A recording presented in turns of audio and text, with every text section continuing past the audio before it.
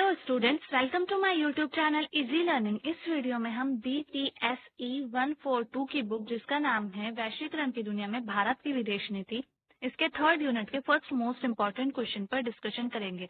इससे पहले मैं 2 यूनिट की वीडियोस अपलोड कर चुकी हूँ और अगर आपने वो नहीं देखी तो प्लीज चैनल की प्लेलिस्ट में जाकर आप वो भी देखिए। इस वीडियो में हम थर्ड यूनिट का फर्स्ट क्वेश्चन लेंगे। सो इस यूनिट का नाम है भारतीय विदेश नीति के सिद्धांत व उद्देश्य। और हमारा फर्स्ट क्वेश्चन भी यही है कि भारतीय विदेश नीति के प्रमुख सिद्धांतों की चर्चा करें या फिर भारतीय विदेश नीति के सिद्धांतों और वर्तमान वैश्विक व्यवस्था में इसकी प्रासंगिकता का वर्णन करें। तो ये हमारा फर्स्ट इंपॉर्टेंट क्वेश्चन है। आंसर स्टार्ट करने से पहले मैं आपसे कहना चाहती हूँ, अगर आपने मेरे चैनल को सब्सक्राइब नहीं किया तो प्लीज मेरे चैनल को सब्सक्राइब करें, वीडियो को लाइक करें, शेयर करें। एंड अगर आपको नोट्स चाहिए तो आप व्हाट्सएप पर कॉन्टेक्ट कर सकते हैं। व्हाट्सएप नंबर मैंने डिस्क्रिप्शन में डाल दिया है। चलिए स्टार्ट करते हैं आंसर इसका। तो हमारे इस क्वेश्चन का आंसर रहेगा, सबसे पहले जब भी हम अपना एग्जाम करने जाते हैं, जब हमारे एग्जाम्स आते हैं तो हम जब उसमें फर्स्ट जो हमारा पॉलिटिकल साइंस का पेपर होता है, जो हम फर्स्ट क्वेश्चन स्टार्ट करते हैं, वहां से हमें पहले उसकी भूमिका लिखनी होती है। किसी भी क्वेश्चन की भूमिका लिखनी होती है। तो ऐसे ही आपको अपना जो एग्जाम होगा वो करना होगा। तो पहले हमारे इस क्वेश्चन में भूमिका है, जिसमें हमें ये बताया जा रहा है कि प्रत्येक व्यक्ति अपने देश की अपने उद्देश्यों की पूर्ति के लिए अलग अलग तरीके होते हैं जिन्हें सिद्धांत कहते हैं।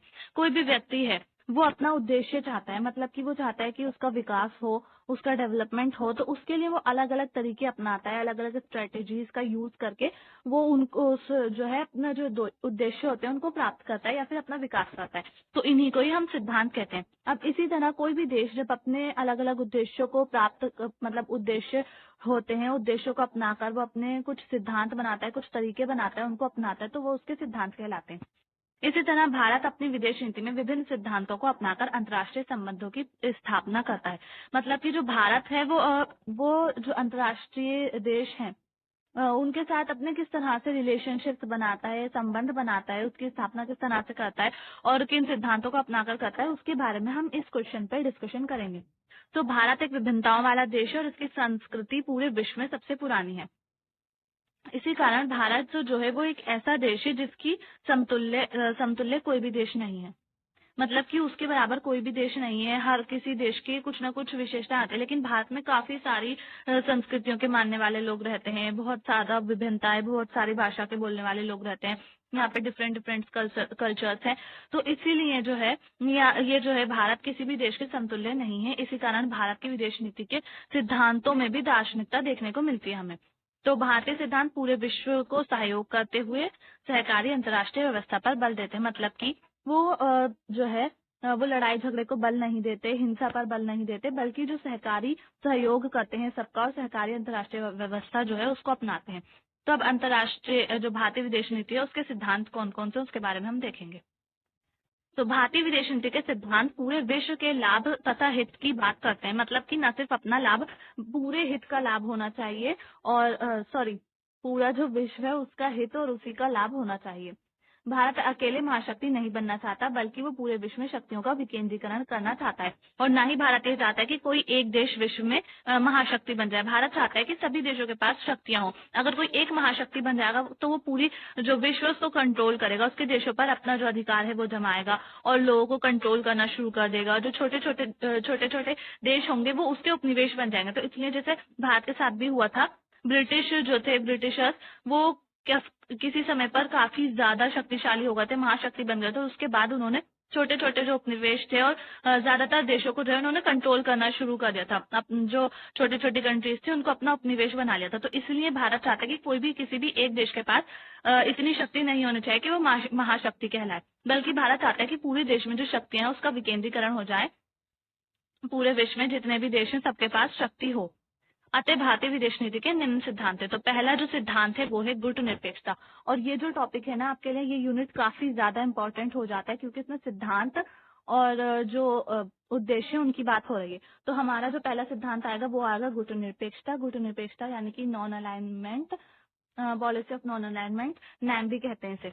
गुटनिरपेक्षता का सिद्धांत भारतीय विदेश नीति का मुख्य सिद्धांत है, क्योंकि जिस समय भारत आजाद हुआ था तथा उस समय विश्व 2 गुटों में बटा हुआ था। जैसे कि आपने पढ़ा ही होगा, जो हमारा देश है वो आजाद हुआ था 1947 और 1945 में शीत युद्ध की शुरुआत हो गई थी। शीत युद्ध की शुरुआत दो विचारधाराओं को लेकर हुई थी। पहली विचारधारा थी अमेरिका की कम्युनिज्म वाली और दूसरी विचारधारा थी सोशलिज्म यूएसएसआर वाली। तो ये जो दो देश थे, पूरे जो विश्व था उसको कंट्रोल कर रहे थे। कुछ देश जो थे वो अमेरिका के साथ जुड़ जा रहे थे और जो कुछ कंट्रीज थी वो यूएसएसआर के साथ जुड़ रही थी। ये जो दोनों देश थे दूसरे देशों के साथ संधियां कर करके और समझौते कर करके उनको अपने साथ मिला रहे थे। तो इसलिए जो भारत के प्रधानमंत्री थे जवाहरलाल नेहरू जी, उन्होंने गुटनिरपेक्षता की नीति अपनाई। मतलब कि वो किसी भी गुट में शामिल नहीं हुए। उन्होंने कहा ना हम अमेरिका के साथ शामिल होंगे, ना ही यूएसएसआर के साथ जुड़ेंगे। हम अपनी अलग से एक विचारधारा बनाएंगे और वो है गुटनिरपेक्षता। और जो देश कुछ देश उस समय पर न्यू जो थे वो आजाद हुए थे, उनको भी स्वतंत्रता मिली थी, तो वो देश भी इसमें शामिल हुए थे। 5 देश थे वो। अतः नेहरू जी ने दोनों गुटों से बचने के लिए गुटनिरपेक्षता की नीति अपनाया, पूरे विश्व को एक नया सिद्धांत दिया।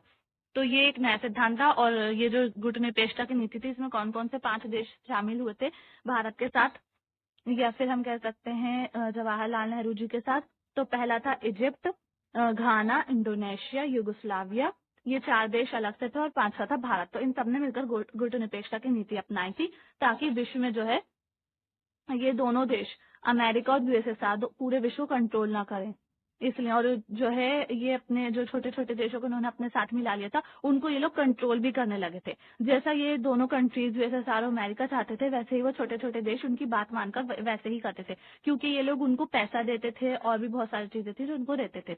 तो इसलिए भारत नहीं चाहता था कि अभी तो वो नया नया किसी एक महाशक्ति से आजाद हुआ है और अब वो दोबारा से किसी दूसरे के साथ मिलकर और अपनी फिर से स्वतंत्रता खो दे। तो इसलिए उन्होंने गुटनिरपेक्षता की नीति अपनाई थी। विश्व में सैनिक घेराबंदी चल रही थी, जैसे नाटो, सिएटो, सैंटो। तो ये सारी जो थी ये संधियां थी, सैनिक संधियां थी। NATO, सिएटो, Santo. नाटो और सिएटो जो थी वो अमेरिका की थी और सैंटो यूएसएसआर की संधि थी। तो ये लोग इन संधियों के माध्यम से दूसरे देशों को अपने साथ मिला रहे थे। तो भारत जो था, भारत ने इन संधियों पर साइन नहीं किया और उसके साथ उन दोनों देशों के साथ नहीं मिले और गुटनिरपेक्षता की नीति अपनाई और जो कठिन दौर था उसमें एक नया मकाम हासिल किया। अब हमारा दूसरा जो सिद्धांत है वो पंचशील का सिद्धांत। पंचशील का सिद्धांत भी जवाहरलाल नेहरू ने अपनाया था, बनाया था पंचशील का सिद्धांत। तो उसमें क्या होता है, भारत ने अपने पड़ोसी देशों के साथ संबंध सुधारने के लिए पंचशील का सिद्धांत बनाया। चाइना और भारत ने 1964 में पंचशील के सिद्धांत पर हस्ताक्षर किए ताकि दोनों देशों के बीच संबंधों को एक नई दिशा दी जा सके। लेकिन चाइना ने आगे चलकर पंचशील के सिद्धांत का पालन नहीं किया और इंडो चाइना वॉर हुई, कि भारत ने इस सिद्धांत का ईमानदारी से पालन किया था। तो पंचशील का जो सिद्धांत था, ये एक ऐसे 5 सिद्धांत इसमें शामिल थे, इसलिए इसका नाम जो है पंचशील का सिद्धांत रखा गया था। तो ये भारत ने अपने जो पड़ोसी देश थे उनके लिए बनाया था पंचशील का सिद्धांत, जिस पर जो है भारत ने और चाइना ने भी साइन किया था। और उसके बाद भारत ने चाइना ने दोनों ने मिलकर साथ में साइन किया कि हाँ, चाइना ने भारत के साथ मिलकर कहा कि हाँ, हम ये सिद्धांत जो है अपनाएंगे, जैसे इसमें वो सारी नीतियां बनाई गई हैं, हम एक दूसरे को वैसे ही सहयोग करेंगे। लेकिन बाद में चाइना ने, जब इंडो चाइना वॉर हुई, तो इस सिद्धांत का पालन नहीं किया, जबकि भारत ये सोच रहा था कि नहीं, चाइना तो ये सिद्धांत जो है हमने जो साइन किया है, एक जो पंचशील का सिद्धांत है इस पर साइन किया है, लेकिन जो चाइना है वो तो ऐसा कर ही नहीं सकता।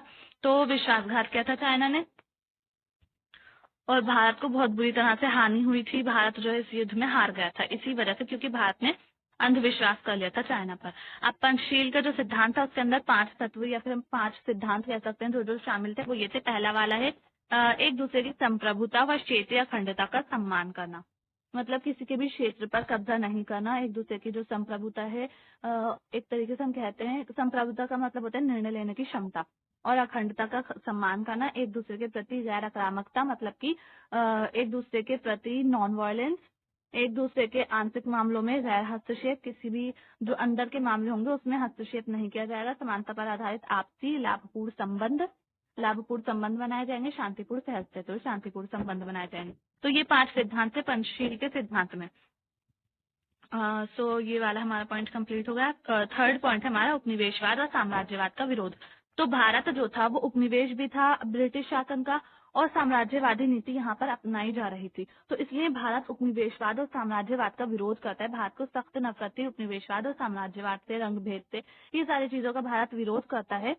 और ताकि सबको समानता दी जाए। इसीलिए भारत नहीं चाहता था वो भारत तो क्या, कोई भी दुनिया का कोई भी देश किसी का भी उपनिवेश बने, तो भारत ये नहीं चाहता था। इसलिए भारत ने विश्व स्तर पर उपनिवेशवाद, साम्राज्यवाद और रंगभेद की जो नीति थी वो रंगभेद के विरोध की नीति अपनाई थी। और ये भारत ने अपनी विदेश नीति का एक प्रमुख सिद्धांत बना दिया, क्योंकि भारत ने इन तीनों का सामना किया था जो मैंने भी आपको बताया। इसलिए भारत नहीं चाहता था कि विश्व का कोई भी देश इन समस्याओं का सामना करे और किसी का भी उपनिवेश बने। उपनिवेशवाद के विरोध के माध्यम से भारत ने अफ्रीका, लैटिन अमेरिका और एशिया के देशों में इसके विरुद्ध आवाज उठाई। भारत ने अपने देश में तो इस सबके खिलाफ आवाज उठाई ही उठाई, और उसके साथ साथ अफ्रीका, लैटिन अमेरिका और एशिया के जो देश थे, कमजोर देश थे, छोटे देश थे और जो उपनिवेश बने हुए थे, उनमें इस चीज की आवाज उठाई गई। भारत को देखकर पीड़ित जनता जो थी उसको न्याय मिल सके, ताकि जिस तरह से भारत की संपदा को लूटा, कृषि व क्षेत्र को नष्ट किया गया तथा एक समृद्ध देश को गरीब कर दिया गया, भारत नहीं चाहता था कि ऐसा विश्व में किसी भी देश के साथ हो।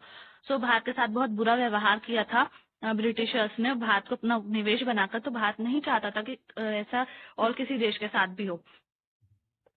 राष्ट्रपिता महात्मा गांधी को भी साउथ अफ्रीकन में रंग भेद से गुजरना पड़ा था, इसलिए उन्होंने सत्य अहिंसा की नीति अपनाई। इसी कारण भारत ने साउथ अफ्रीका में नेल्सन मंडेला द्वारा चलाए गए आंदोलन को सहयोग किया। सो आई होप आपको समझ में आ गया होगा। फोर्थ पॉइंट है हमारा अंतर्राष्ट्रीय विवादों के लिए बल का प्रयोग। तो भारत ने हमेशा अंतर्राष्ट्रीय विवादों को शांतिपूर्ण सुलझाने की नीति जो थी वो अपनाई थी। भारत चाहता था कि हमेशा जो विवाद है उनको हम शांतिपूर्ण भी सुलझा सकते हैं। जरूरी नहीं कि हम बल का प्रयोग करें तभी विवाद सुलझाए जाएंगे। बल का प्रयोग करने से हमारा ही नुकसान होगा और जिसके साथ हमारा जो भी विवाद चल रहा है उस देश का भी नुकसान होगा। तो इसलिए भारत चाहता था कि हम शांतिपूर्ण अच्छे से अहिंसात्मक होकर अपना जो एक नीति बनाए और उसी के माध्यम से हम अपने विवादों को सुलझाएं। तो इसीलिए सत्याग्रह और अहिंसा को भारत ने अपना मूल्य बनाया, और इसी आधार पर भारत ने अंतर्राष्ट्रीय विवादों के निपटारे के लिए बल प्रयोग का विरोध भी किया। तो फर्स्ट वर्ल्ड वॉर और सेकेंड वर्ल्ड वॉर जो हुई थी उस समय भी भारत नहीं चाहता था कि वर्ल्ड वॉर होए, और भारत ने शांतिपूर्ण सह अस्तित्व की ही मांग की थी। भारत ये चाहता था कि शांति बनी रहे पूरे विश्व में, लेकिन कई कारणों से ये दोनों वॉर हो गई थी। फिर उसके बाद भारत की जो चाइना के साथ वॉर हुई थी और पाकिस्तान के साथ वॉर हुई थी, तो इसमें भी भारत ने पहले शांति प्रस्ताव ही रखा था। लेकिन जब चाइना और पाकिस्तान खुद से ही नहीं माने तो अब भारत तो चुप होकर बैठेगा नहीं। जब वो दोनों देश आ रहे हैं हमला करने के लिए, तो भारत ऐसा तो नहीं कि वो चुप होकर बैठ जाए, अपने देश को वो नुकसान पहुंचाने दे। तो इसलिए भारत ने भी उनके साथ जंग की थी, और उससे पहले उन्होंने शांति का प्रस्ताव ही रखा था। अब इसके बाद आते हैं भारत के अनुसार अंतर्राष्ट्रीय विवादों के निपटारे के लिए मध्यस्थता, बातचीत, न्यायोचित निर्णय आदि का होना बहुत जरूरी है।